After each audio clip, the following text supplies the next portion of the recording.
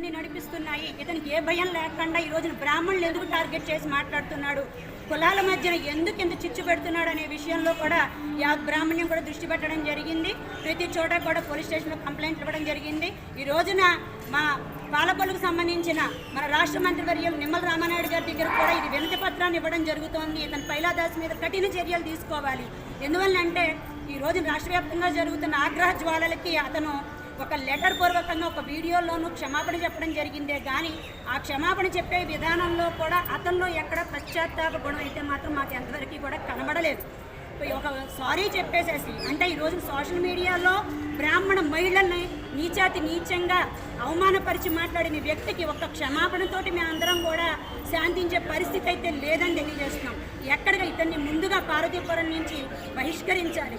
అదేవిధంగా ఏ ఊర్లోకి అతను వెళ్ళినా కూడా ప్రతి చోట కూడా అతనికి సంబంధించిన పోస్టర్లన్నింటినీ కూడా విడుదల చేయాల్సిన అవసరం ఉంది. ఎందుకంటే తప్పు జరిగే చోట సమూలంగా నాశనం చేయవలసిన అవసరం కూడా వ్యవస్థకు ఉంది. ఈ ఒక్క వ్యక్తిని వదిలేస్తే ఇతని వ్యక్తి కాదు, ఇతని వెనకాల నడిపిస్తున్న శక్తులు ఎందరో ఉన్నారనేది మాత్రం సుస్పష్టంగా అర్థమవుతుంది. ఎందుకంటే ఎంతమంది రాష్ట్ర వ్యాప్తంగా కూడా తిరగబడుతున్నా కూడా అతను చెల్లించటం లేదు. అతను ఏమి చిన్న వ్యక్తి కాదు, వయసులో కూడా పెద్ద అతను 65 ఏళ్ళు 70 వయసు మధ్యన ఉన్న వ్యక్తి. కొన్ని కులాల ప్రస్తావన నేను తీసుకురాకూడదు కానీ ఆ కులాల పేరును ఎత్తి కూడా మాట్లాడుతున్న పరిస్థితి అవుతోంది. మేము బ్రాహ్మణులం మరి అడ్డబొట్టు పెట్టుకుంటారు, నిలువుబొట్టు పెట్టుకుంటారు, వీళ్ళకి ఎందుకు డబ్బులు ఇవ్వాలి, వీళ్ళకి దేవాలయాల్లోకి వెళ్తే వీళ్ళకి ప్రత్యేక దర్శనాలు ఎందుకని అడుగుతున్నారు.